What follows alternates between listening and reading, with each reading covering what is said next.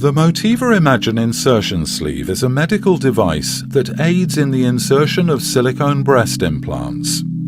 The use of this device can help decrease incision length, potentially minimizing scarring.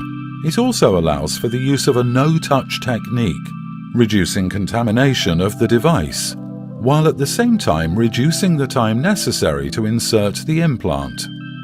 To start, open the sterile insertion sleeve. Step 1. Trim. Trim the insertion sleeve to correct width using the guidelines. The length of the distal end of the sleeve after being trimmed does not dictate the incision length. Follow the Motiva implant's guidelines for determining and making the optimum incision based on the specific implant being used. Step 2. Hydrate. To ensure proper lubrication, completely submerge the sleeve in a basin of sterile saline solution. The sleeve must remain humid.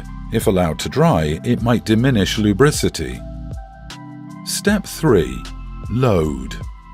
Holding the sleeve in one hand and the Motiva implant blister in the other, insert the implant directly from the blister, making use of the no-touch technique. Double-check that the diameter of the sleeve is wide enough to fit the implant without damaging it. If the implant does not exit the small end of the sleeve using gentle force, then remove the implant, retrim the distal end, and repeat the test, gradually trimming larger opening sizes until the desired result is achieved.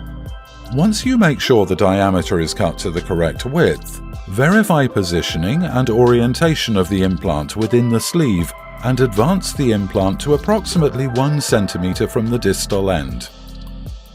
Step 4. Propel. With the incision opening retracted, continue applying slight pressure behind the implant. Insert the distal end of the sleeve approximately 1 cm through the incision. Use one hand to support the sleeve and use the opposite hand to employ a pushing, squeezing technique behind the implant to gently propel the implant forward into the center of the surgical pocket.